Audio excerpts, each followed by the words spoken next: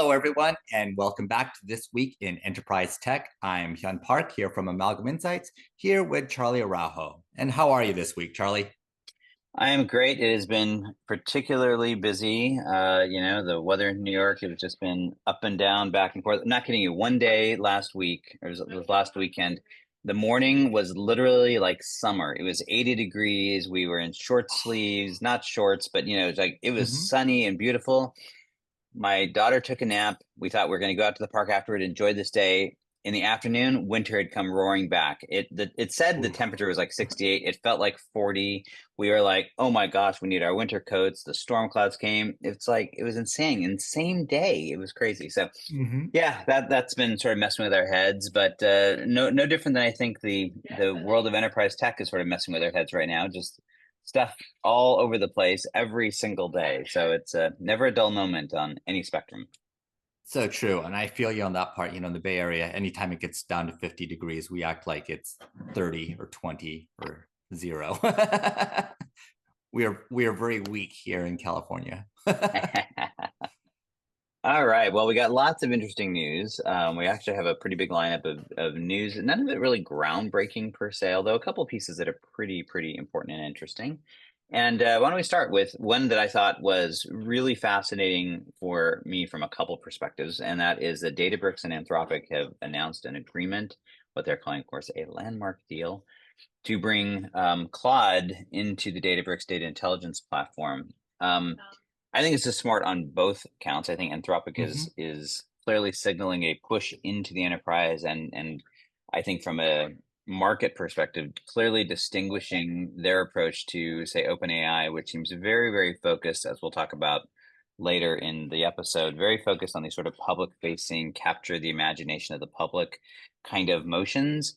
And Anthropic seems to be the quiet player in the background focusing on these enterprise use cases. And if I had to bet, I'd say that's a better business model in the long run. So this Databricks announcement is certainly a part of it. And we'll talk about what Anthropic also did, or also sort of has transpired that I think is going to further solidify this. But this announcement, I think, of course, Databricks is a major enterprise player, massive footprint in the enterprise, in the sweet spot of these data platforms. I think a super smart move for Anthropic, and not to be lost on this is Databricks is also making some very smart moves across the board as we've been talking about. So I think this is a win-win for both of them. But in the grand scheme of things, I think probably a bigger win for Anthropic because I think they have um, more coattails to sort of ride with it. But what was your take on it? Yeah, first of all, on the Databricks side, I think Databricks has always been really smart about their partnerships. They are, I feel like almost like the Informatica of data science, in that they're happy to be an intermediary between all of the giants that are out there, of course, becoming a giant themselves in the process. So they work with Amazon, they work with Microsoft, they'll work with Google, they'll work with anybody who also is willing to sell Databricks back, as we saw with the SAP Data Cloud, basically another SAP Databricks announcement. So now they've figured out a partnership with Anthropic, and the timing is good because the Claude 3.7 Sonnet model in particular, not a fantastic name, but it has had a fantastic impact on the coding world in just the past month. Developers using this notice that they see a real difference with the hybrid reasoning model that the 3.7 Sonnet has provided.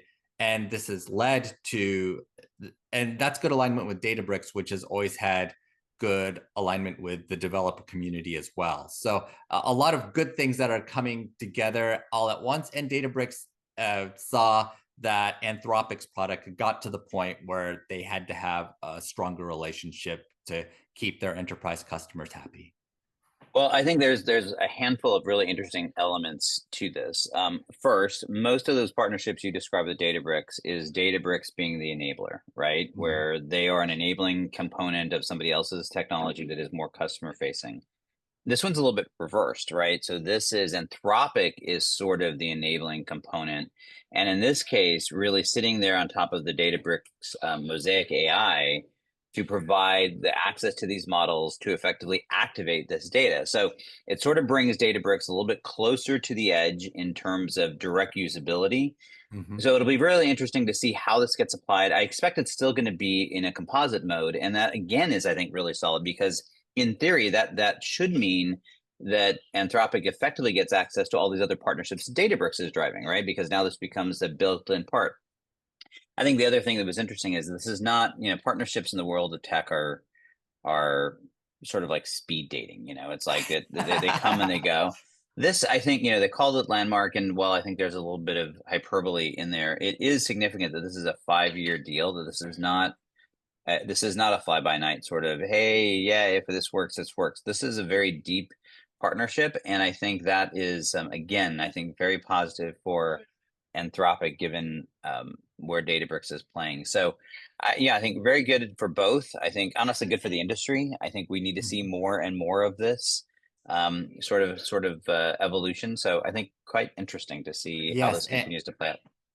and like you mentioned before we started recording, this pushes Anthropic further into the enterprise space, which OpenAI was making a lot of great progress as an enterprise AI provider. And here's Anthropic showing we're going to play in that space strongly as well and build those relationships and get into the nitty gritty of the governance and integration with platforms that is necessary to be in the enterprise space.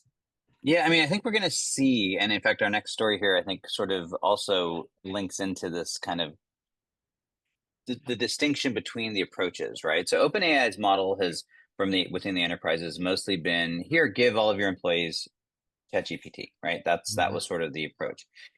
And I think that's good to a point. And, I, as we've talked about many times, I use these tools all day long, every day. It's like, I get it. I understand the value in that. But the deeper transformative aspects of AI come from the deep integration of AI, particularly generative and agentic AI, into actual operating workflows. Well, that means it has to be linked to data, and that means it has to be linked much more intrinsically and dealing with things like governance that you talked about. And that's where I think the alignment with Databricks, where it's not as flashy, it's not as splashy, it's not as in your face. Like people may not even understand, and Anthropic is under the covers, but it's going to be a much richer placement, I think. So we'll see. Along those same lines, the second one that you brought up, which I thought was fascinating, and I love the fact that I live this stuff every day, all day long, and I still miss these stories. So Workato, a company that we're partnered with, acquired a company called DeepConverse, and it's a really interesting acquisition. And I think it's potentially well, I don't even know if it's signaling. I think to me, it leaves some question marks. So Workato, if you're not familiar, right, is a iPaaS player. They came sort of out of nowhere just a few years ago, and have just really taken the world by storm, mostly through this sort of low code, no code approach to integration, and have done exceptionally well. Again, very targeted on the enterprise. You can, if you're not familiar with them, you can sort of, and they probably hate me for saying this, but sort of think of them like a Zapier for the enterprise, right? And that's highly simplified, but because that's the idea of it, right? The sort of click, drag, and drop way to connect systems together. And it's a very sophisticated platform. And it has been very much a behind the scenes sort of thing. And so DeepConverse, I don't know much about them, but they, from what I can understand, are basically a generative AI platform focused on providing customer support or customer support automation. And reading between the lines, it sounds like Workato sort of is thinking about repurposing some of that technology to make it more broadly applicable. Clearly, its alignment with automation fits very closely with what Workato is. I mean, they're an iPaaS, but they're very focused on the automation aspects of it. So I think that part is interesting, but it does. I don't think it's clear what they intend on doing with it. So I don't know if you had any read on it. Yeah, I think in general, Workato has been working on translating its integration capabilities into applications and becoming a low-code application platform. They need a little bit of help on the front end side right now because they've been so focused on the back end and making sure that data gets from one place to another. Of course, as an iPaaS, makes a whole lot of sense because they get compared to, as you said, Zapier on one end, or SnapLogic, or what Informatica is doing, what MuleSoft is doing. You know, that's the type of competition they have dealt with on that integration side. But on the application and in developing applications in this new world, they need a generative AI component on the front end so that people can type in their requests more easily. And DeepConverse is going to be helpful from that perspective. It's really more, it's partially tech, partially talent acquisition, kind of an acquihire as well. This is not a gigantic company. But at the same time, this is going to be helpful for Workato to figure out how to actually generatively support what they're doing rather than what they have now, which is low code, but still kind of I would say now old school UI based approach. UI workflow drag and drop is now old school compared to what just asking it to make something. Conversational. Yeah. Yes. Well, what I think is interesting about it, and it leads into our next industry story here, is that it speaks to the fact that for all of the talk of generative AI, or for that matter, agentic AI, that you cannot ignore the fact that so much of what the enterprise is doing is in fact very traditionally workflow driven and connecting systems. And we don't need a whole lot of that, we'll call it the probabilistic AI type layer, where it's like we know exactly what we need to get done. I think there are some interesting aspects to it because the challenge with these deterministic workflows, particularly when there are these long workflow chains, is the fragility that brings, right? Because anything in that chain changes, then it breaks. And that's where AI, agentic or otherwise, can provide some interesting value. And to that end, so the other news is that N8N, I think we're saying the name right, which is it's interesting. This article on TechCrunch calls them a fair code pioneer. I think that's part of their thing, but really they're a workflow automation tool along the same lines as Tines. And actually, well, I mean, this is where it's like, would you consider Workato in there? I think probably, or even like the RPA type players are also sort of in the same category, right? And it's interesting because they just landed another $60 million round, and they're this interesting space. So we're going to talk in a minute about Symphony AI, but one of the things when I joined Symphony AI is I was like, what's the competitive landscape? And several people pointed me at N8N, and I looked at it and it's like, oh, they're not really. I mean, they're very much a workflow player, but like anybody else, they have tried very hard to push into that space between workflow, low code, and AI. And I think it's interesting because you sort of look at this whole landscape, and what you're seeing is it's all merging. And so the Workato story we just talked about is another example of that. It's like the lines continue to blur, and it's getting harder and harder if you're the CIO, harder and harder to sort this out. What parts of it matter, and how do you put these pieces together? So I thought it's interesting mostly from that standpoint. And we didn't talk about it last week, but Tynes also just got another big round, right? So this is a space that is still seeing a lot of investment. So I don't know, what was your perspective on this? Yeah, this is definitely a very frothy time, and I think it's going to be hard to see all of these companies succeeding, but one of these companies, at least one or more, are going to show up as the AI support for casual workflows, which is what a lot of this is. Being able to type, I want X to do Y at Z, and then the tool figures out how to write those 100 lines of code to make that happen and make it programmable and repeatable.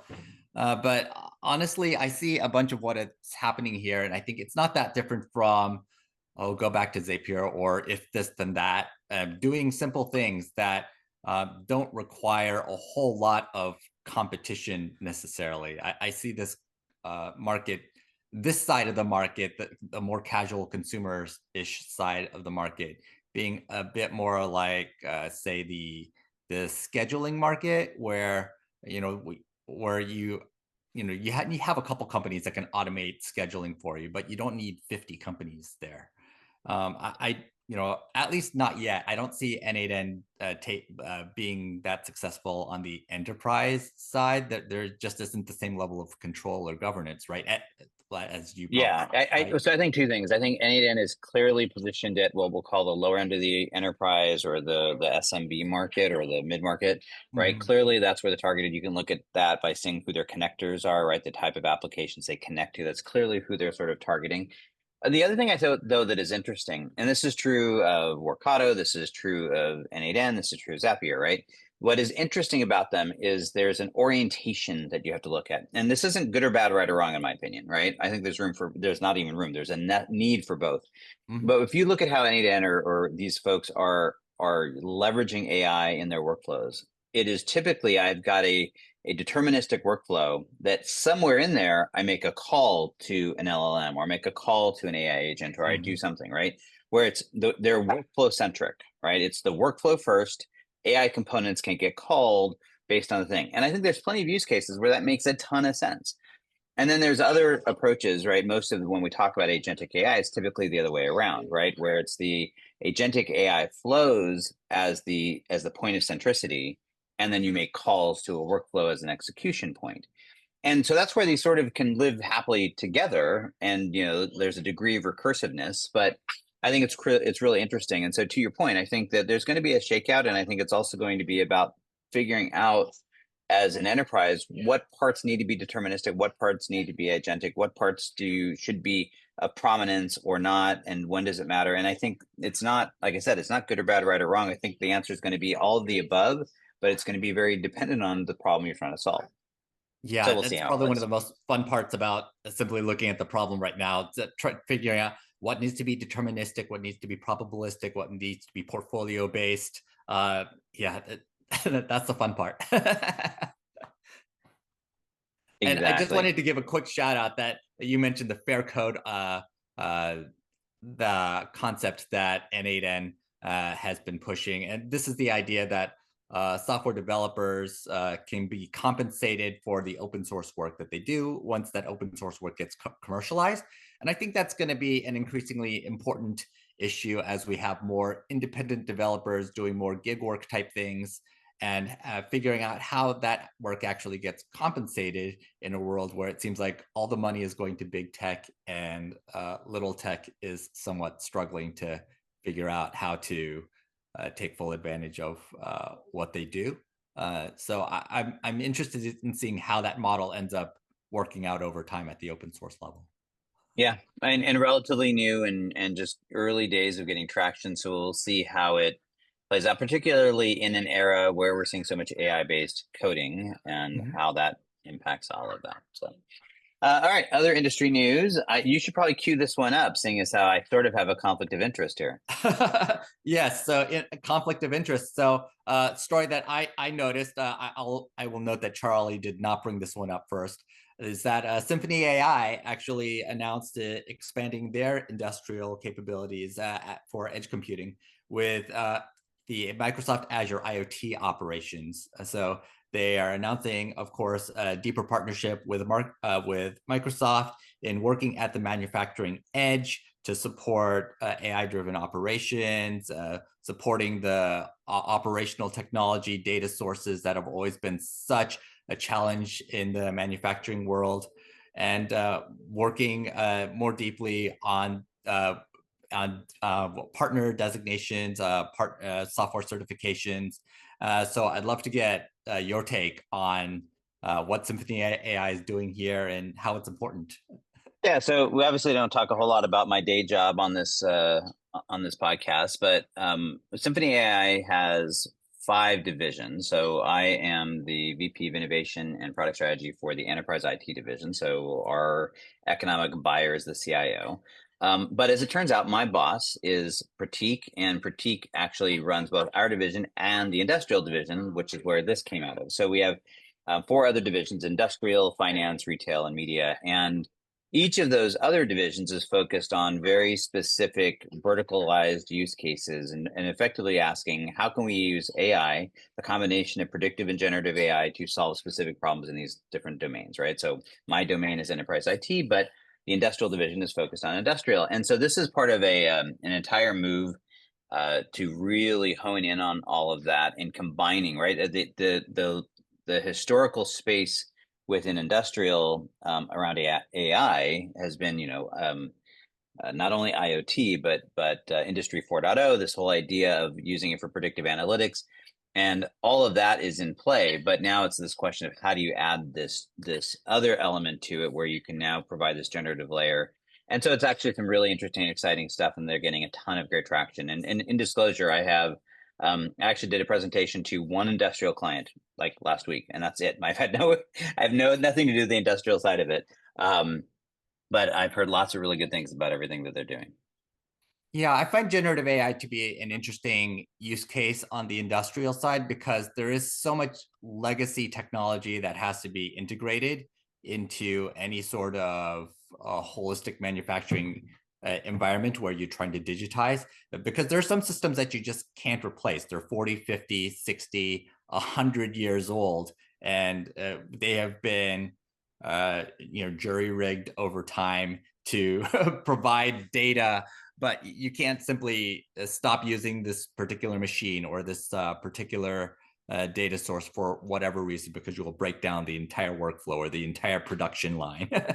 Well, in my previous life, long before anything with Symphony AI, I actually dabbled in as an analyst covering some spaces around IoT and Industry 4.0 and got a sort of a crash course in education. And, if you're an IT leader, if you're a CIO and you think that the IT side is hard, you ain't seen nothing until you go delve into the OT side, right? The operational technology, all of this world is insanely complex. And to your point, it predates. It's mostly very old technology with this whole smattering of new technology layered into it. Nothing really communicates.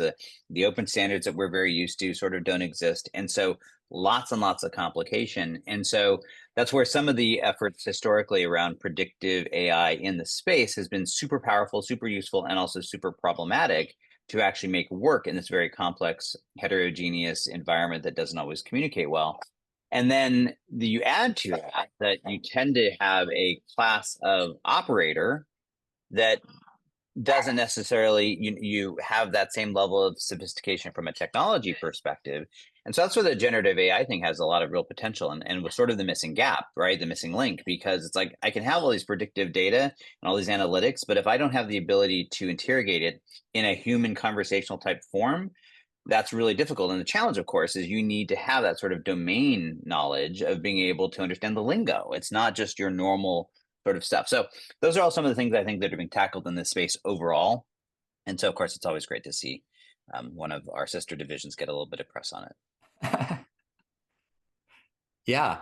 And so, final piece that I think we saw on call it the enterprise tech side is a recent announcement by Red Hat. It's talking about their new enterprise AI capabilities with OpenShift AI and Enterprise Linux AI. They are obviously making a big push on adding AI to the end of all of their existing product lines.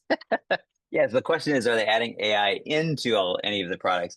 I have to admit, you sent this one over and I read through it, and I even ran it through AI going, what the heck is this? And it just felt like so much hand waving. It's like I really struggled to figure out anything that they were doing in a meaningful way that was much. I just and this is, maybe you have a different take, and so I would love to hear it. Maybe it's just this is just poor PR teams, and they just couldn't distill out what the heck it was. But I think it also speaks to one of the challenges that if I'm a CIO today, I'm watching for, and that is there's so much pressure on every single organization to have an AI play that they sometimes are just taking these massive leaps to try to weave it together when not only is there no there, it's not necessary. It doesn't actually help you solve the fundamental problem you're trying to solve. Sort of what we were just talking about with the workflow stuff, right? It's like if you can solve your problem with a deterministic workflow and you can simplify, then do it. Why we don't need to use AI just for the sake of using AI. And so that's what I wonder here. So I don't know, did you get anything out of this that was meaningful? Like I found about two things interesting. One was around having end-to-end model tuning capabilities, and then having additional AI guardrails. From a Red Hat perspective, these are new. But from a market perspective, they're not necessarily new. So I think the model tuning and AI guardrails are really what stuck out to me, but this could have been a much shorter press release, quite frankly. Yeah, and I think the hard part is, I think in the context of if I'm already using Red Hat or I'm using it for these specific use cases, then I think that's great. I think if I'm looking for a solution to provide guardrails or a solution to do full end-to-end tuning, I'm not sure this is where I start. So, I think that's the challenge. But all right, well, anyway, I that's feel like industry there's a news. lot of, yeah, I feel like there's a lot of data science platforms out there already that do this kind of work. You can work with a Databricks, you can work with a Domino Data, you can work with Anaconda. There's all these other solutions that already help you with model testing and tuning and guardrails, if that's what you're really looking for. Yeah, I guess the last thing I will say, I mean, this is maybe to rise to their defense a little bit. I think that there's this growing sense that we are in this weird interim transitionary state that may last as few as if just a few years, where AI is this whole separate product category and this whole separate thing, and that in the end, what we're going to find is AI is just an embedded part of everything and therefore not a standalone thing. Now, there's a counter argument that says, no, no, no, you're missing it. It's not that everything gets embedded, AI gets embedded, AI replaces everything, in which case there's only thing left is AI products. I'm not sure if either of those are true, but I think if the first one is true, then this makes more sense, where this is just how do I start embedding AI into what we're doing and making it work. But yeah, we'll see. It's I think that the difficult part is that if you're going to go out there and do AI hand waving today, you better have a compelling story that people, particular people, I mean, we're not slouches, right? We're in the space. We should be able to look at it and go immediately, there's the value. That's what this is all about. And if we are not catching it, then that alone is probably a signal of an issue. Yeah.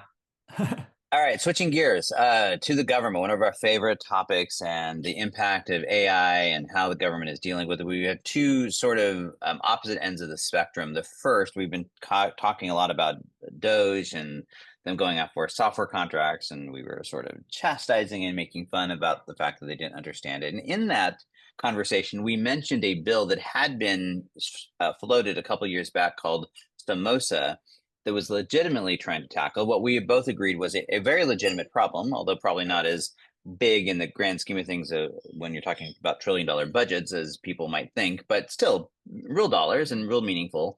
And some interesting news that that it has been re-raised. That I think it's the House, right? Someone in the House has reintroduced the bill with some bipartisan support. So maybe the bright spot out of all this Doge saber rattling is that maybe we'll get some real legislation to actually address the problem more holistically. I mean, you love all the government stuff. What's your thought? Yeah, because the federal government has this $15 billion software budget. And at the end of the day, they're not managing it super well. And everybody knows it, but it's been hard for them to centralize their spend very efficiently. So everybody knows this is a problem. Frankly, Doge did not solve this problem or actually dig into it in a meaningful way. But at least there's some sort of government effort towards this.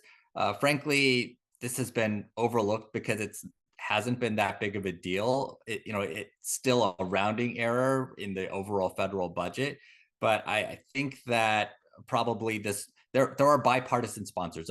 This isn't really a partisan issue. It's just a matter of whether this issue can get enough of support to actually support a vote and get pushed through into being. So it's a good step. At least something is going on to cut some government costs without cutting government capabilities. Yeah, I do think it's interesting. I mean, to your point, the part of the challenge is that even if they solve every last piece of waste or whatever, it's a rounding error, right? There's this a new analysis that just came out about the spending, and you just see how big the numbers are and how little these parts of it are. That said, the way I look at it, the biggest benefit of doing this, providing a more critical eye, is that I actually think it's really less about cost and much more about capability, much more about posture. And if I'm hamstrung by outdated contracts or bloated technologies, then that actually makes me less able to reapply that money in other ways. So I think there's a lot of good that can come from all of this. What I do find interesting is the sort of dichotomy of the approaches. On the one hand, we have this, right? And because again, this was spurred on by Doge climbing under the covers, going to the nitty gritty or claiming to go in the nitty gritty of all of this stuff, super detailed. And then there's this sort of whole other line with the Trump administration of taking this hands-off approach to AI, where arguably is where we in fact need government regulation and oversight because it's wild, wild west and all these concerns about it. And that so we've talked about some of those moves on the show in the past, but this week there is some additional escalation, I guess you'd call that, and that is that the Virginia's Republican governor, Glenn Youngkin, Youngkin vetoed a bill that passed, which was an AI bill providing some of this level of governance that we've talked about. And what I found most shocking about this, it really was not surprising that he vetoed it, right? This is, as we talked about, this is sort of the motion that we're starting to see. But if you look at the actual bill itself, what was in it, it was common sense stuff. It's like, hey, if you're going to be using AI that's going to dramatically impact people's life, you need to document it. You need to be able to justify that it's not biased. And I think part of what red flagged it was that it put the onus not just on the developers of the technology, but also heavily on the deployers of the technology. So if you're an enterprise, you're an insurance company using this AI, you could be held liable if you didn't do some of this work. And I think that one of the chambers of commerce's came out pretty opposed to it, I think, because of that. But it's still common sense, and the market is going to drive it anyway. So I don't know. I'm not a big regulatory guy on this stuff, so I'm sort of on the fence about it, but I did find it interesting. Yeah, I feel like the big challenge there is that companies don't make their compliance decisions based on one state's compliance issues. They have to take, of course, all 50 states into account, as well as, if you're an international company, every other country's standards. So having a specific standard or not having a specific standard for Virginia doesn't really mean much, other than to say perhaps you are allowing companies to develop in Virginia that may not be able to sell in certain markets. That's how it seems like to me. Compliance is just kind of one of these things that you have to deal with at the corporate level, and I feel like there isn't. The biggest difference is just saying Virginia companies may not be ready for global deployment. Well, I think if I find anything sort of disconcerting about all of this, I agree with you. I think, and we've talked about this with the state of California, who's been aggressive on the other end of the spectrum. Also kind of like, you're probably not doing yourself any favors if you're pushing people away, which is why people like OpenAI and others have been so vehemently opposed to some of those measures. But more than anything, as we talked about, this has to be at the federal level.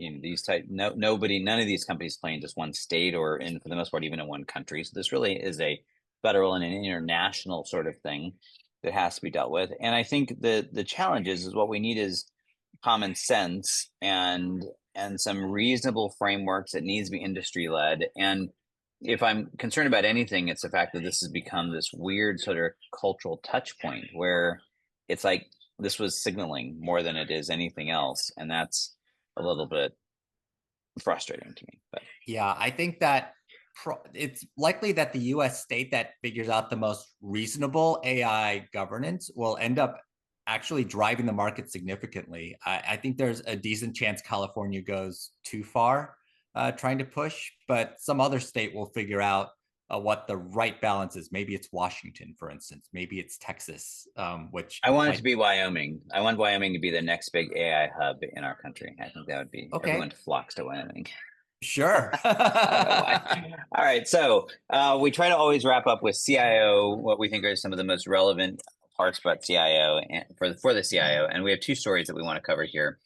The first is actually an AI industry piece of news, but I think it's going to be massively impactful for enterprises. And that is that Anthropic some time ago, I guess it was like last September, I think, released what is being called MCP, the Model Context Protocol. And the easiest way to think about this is it is sort of like the agentic AI answer to an API. It is a defined mechanism for AI agents to communicate, and more specifically, much like an API, for an application to effectively publish a set of standards that says this is how to interact with me, and a set of instructions for an agent to know how to do it, to know how to drive that interaction. And the news here is that OpenAI, who of course is the chief rival of Anthropic, has announced that they are going to adopt MCP. And they're not the only ones. Microsoft, several of the frameworks like Langflow have announced adoption. So we're very early stages, but these are some really, really big endorsements, and I think a very clear signal that this is something that is the future, that this is where this is all going. And if you're a CIO, one of the things we talked about, I think 2 weeks ago, was the challenge of making all these agents talk, making all these agents work, right? So Cisco and their initiative is trying to address this in a couple of ways, but this is a very pragmatic approach. And if this can become an open standard, it's, I think, going to just open the floodgates of really solving some of those issues. So to me, this was a huge, huge announcement, and something that if you're a CIO should absolutely be on radar, that every company you're talking to should be looking at MCP. Yeah, totally agree. At this point, if you want your data to be showing up well in generative AI, you should definitely be using MCP. I think that's what the OpenAI agreement basically said. I agree. There's no other way to get around that. But I also think that it's interesting that OpenAI decided they looked at this problem, which is a big problem in generative and agentic AI, and decided, I don't think we can build a better solution. It is better for us to go with what Anthropic did. Well, and it speaks to no different than with APIs, right? It speaks to the fact that at the end of the day, it doesn't having a proprietary means of connecting to everything else. Yeah, if you can win the battle somehow where you're the only one, then sure, that locks you in. But even for someone like OpenAI, and to their credit, they saw this. It's just it puts you in a really difficult spot if you don't like completely own the space, then you're in a very difficult spot, because then everybody else can communicate. And particularly within the enterprise, interconnection trumps all else, right? Our ability Yes. to make everything work together is the critical need. So I think it's super smart, super powerful, super important. And I think the only thing I'm wary about is the fact that this is going to turn the temperature up on it, and we're not quite there yet. MCP is still very early stages. There's a lot of details that have to get sorted out, a lot of pieces that need to be shown that it works. I was just talking to one of the executives within my company, and lamenting the fact that it's easy to find people talking about how great it is and about why they're adopting it, and not anybody talking about how they're actually using it yet, right? Mm-hmm. It's still super, super early stages. So we too are experimenting with it. We're going down that road. We fully expect that we're adopting it as well. So definitely a sign that I think everyone should be looking at it. Particularly with our last meeting story. We always have our fun one, but our last meaty story as to why this is. So an interesting, this is CIO Dive, one of your favorites. You turned me on to these guys. And this was an article about basically quoting Gartner, but looking at some of the spending trends and whatever. And the big takeaway, the big news is that CIOs are cutting a lot of the internal generative AI projects, meaning that they're defunding the build projects and mostly shifting that money to buy projects. And this is something we've talked about. In fact, I think we talked about it last week. I think I'm chagrined to say that you were more right than me as to the reason, because I think you quoted a study that said some huge percentage are failing. Mm-hmm. And I said because they weren't swinging big enough. And what this article anyway seems to be pointing to is the fact that the CIOs are getting in here and realizing the demands are too high, the talent crunch is too much. There's just a whole lot of effort involved, and it maybe isn't worth all of that. So I thought it was interesting, and again, it's always nice to be validated that we're at least on the right track, even if I was maybe a little bit wrong on that specific item. You are too optimistic about how aggressive CIOs were willing to be, and how innovative they already were. But I thought last year was really interesting from an IT perspective because it was the first one in many years where I feel like a lot of primary research was being done by CIOs on the fly, or CTOs sometimes, often, or chief digital officers, chief AI officers, on how to actually make AI work. They literally had to build their own stuff together. IT actually got to be tinkerers for a change. And I think that's going to go away this year now that there are more established toolkits. But for a little while, IT got to experiment on stuff again. Oh, well, it's a reflection of, I don't know if I've read a whole nother story about the various waves about how if you look at the different generations of technology, client server, mainframe client server, and then cloud, and now AI, that you're seeing these very different cycles develop around it. And one of the things that happened here is it typically, right, if you go back to cloud, right, it started at the very foundation where there was just infrastructure and you needed to do all this work and it was just way too much work to do all that. And so it took time for the industry to sort of keep building on top of that to build it out to the point that it was readily consumable. Mhm. What was interesting with OpenAI opening the store, it just became this thing where it's like suddenly here's an API, what do you want to build? And long before the industry could sort of build out those layers on top to make this consumable, enterprise IT organizations, because there was so much pressure because everyone is raving about this to like do something, they had no choice. They were ahead of it effectively. They had to go and tinker. They had Mhm. to go and start building this stuff. The challenge for any enterprises, and this is always my issue with the whole adage of every company is a software company stuff that was from like a decade ago. It's never been the truth, right? If you're Procter and Gamble, your business is to sell your packaged goods. That's what you sell into the market, right? You're not a tech company. And so tech is unquestionably a way you can drive value and competitive advantage, but you're still not a tech company. And so if you can buy technology, particularly technology that's not providing some kind of a competitive advantage, you absolutely want to buy it. You don't want to use Mhm. your resources to be building that. And I think that's what we're seeing here, right? We're just seeing this shift that CIs do what they always do, and that is looking at this landscape and saying, where can I buy versus having to build? What provides competitive advantage and how do I shift that landscape? And as we've seen the industry sort of build out where there's more and more AI applications in market that are working, or at least working well enough that we're seeing that shift to happen. So that's what I took from this. And I think that very much is in line with what we've been talking about. And I think that you should plan on seeing more and more of this. Yes, the speed of the evolution of the AI market has been just astounding to me. So back when I was in IT, I was still in IT when the iPhone first came out, and I remember when that happened.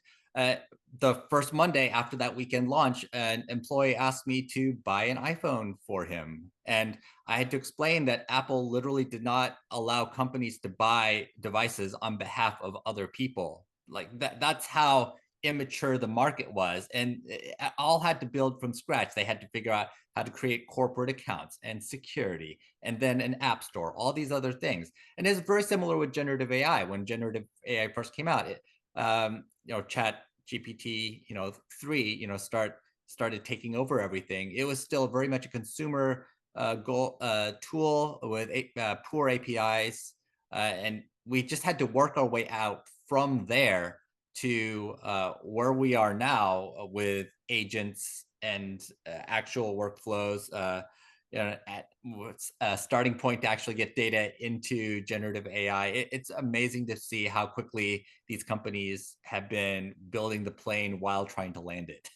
Well, I was going to say, I think that, Apple's a great example of that. I think that took 8 years before they truly had enterprise grade sort of support and controls, and it was a Yes. mess.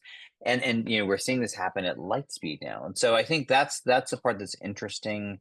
And I think we're certainly seeing that. What's speaking from the conversations I have in the field, I think it is interesting to see that you're watching this shift happen literally before your eyes. Mhm. There's been this mindset, we're building it, we're building it, and now it's like, oh, well, maybe we don't need to build it, or maybe this is places we have to. And I think, and I don't think we're out of the woods. The entire class of what I call builder technologies, the Agent Force by Salesforce, and frankly even the Databricks stuff, right? There's still very much that idea of builder layer and where's that ground. And the reality is, I tell every single client I talk to, it's not either or, it's all of it. The question is, where in that spectrum do you do different things, and how do Mhm. you make those decisions? And that's going to be the great skill, I think, for a CIO and for the enterprise IT team, is to get that alignment right, right? Where does it make sense to buy? Where does it make sense to use a framework? Where does it make sense to build from scratch? How do you align that with competitive differentiation and market differentiation? Those that get that right, get that alignment correct, are the ones that are going to win in the market. It's not just about having AI, it's about knowing where to make those investments. Mhm. All right. Well, speaking of investments, we always like to end on the fun one. And OpenAI never fails to give us fodder to talk about on this show. So they introduced what appears to be a pretty remarkable technology. I mean, it always is amazing what they are able to produce. But they produced within ChatGPT itself. Now you can generate images without having to use. Oh wow, I'm just escaping on what the other image generation tool that they have. Um, Whatever. Anyway, Are you thinking of Dolly? Or are you thinking of yeah. Sorry. Thank you, Dolly. So without having to use Dolly, which is how it's worked up now. If you ask it to generate an image, it was calling Dolly. Well, they've now baked it in directly, and as part of that, they had the ability to do different styles, and of course, one of those was Ghibli. And I know I'm probably Mhm. aging myself because I'm not that familiar with any of it, but it created quite the firestorm and all of the sort of craziness where people are going off and doing all this. And I think Sam Altman's quote was, "They're melting our GPUs because there is such demand over all of this." So it was a little bit crazy. Yeah, first of all, I'm a huge Studio Ghibli fan. Princess Mononoke, My Neighbor Totoro, fantastic stuff, and adorable little cartoon characters. But I think this speaks to how easily generative AI can imitate a style that is well documented.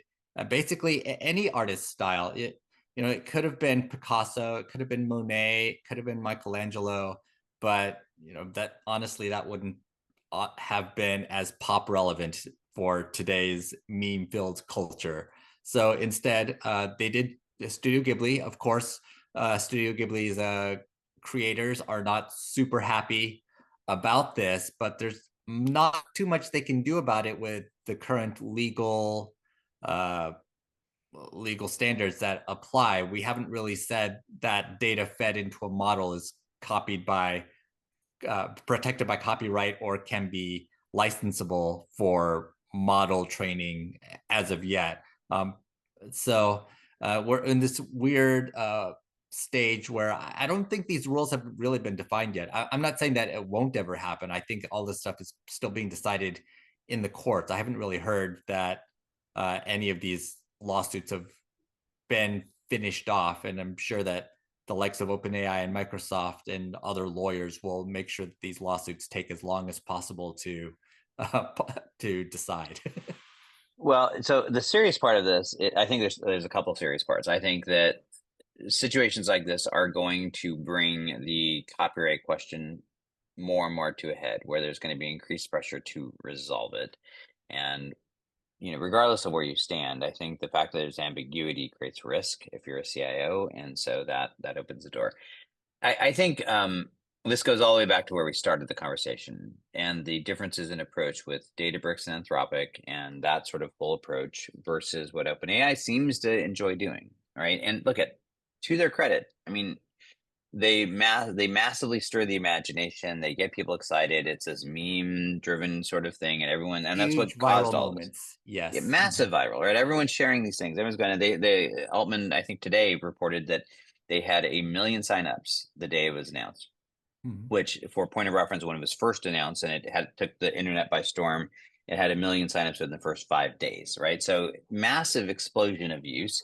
And let's all remind ourselves, if you're watching the show, you're probably not part of this group, but or you are part of this group, this very small group of us that we are very tuned into all of this, that 80% of the world still has, or 80% of even like the Western world has still never used AI, right? I mean, so the fact of the matter that anything that they do to stir the imagination, is sort of opening up new parts of the market and exposing more people to what this is, even if it is in the form of a meme. The risk is that it's just this flash in the pan. Is that right? Flash in the pan. Yeah, it's just this like, boom moment. Everyone goes, wow. And then it doesn't actually have a lasting impact, because how many times am I going to do that? How useful is that really? Right. And so I think that's sort of the interesting part. And so I would sort of question the strategy. I don't know. I don't think of it the right way, but if nothing else, the OpenAI at least got a million new faces, a million new photographs that they can now use for facial recognition and generation.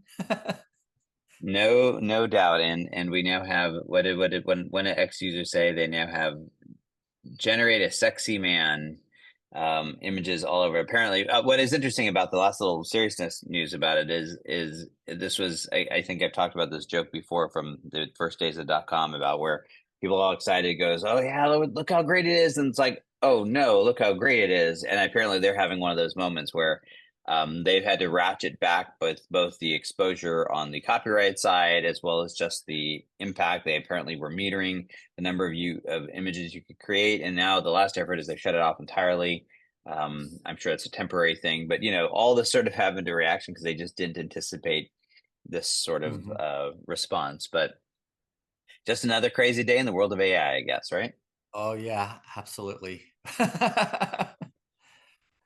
And with that, we've covered another week in This Week in Enterprise Tech. Thank you so much for joining us. If you enjoyed this, please like, please comment, please subscribe.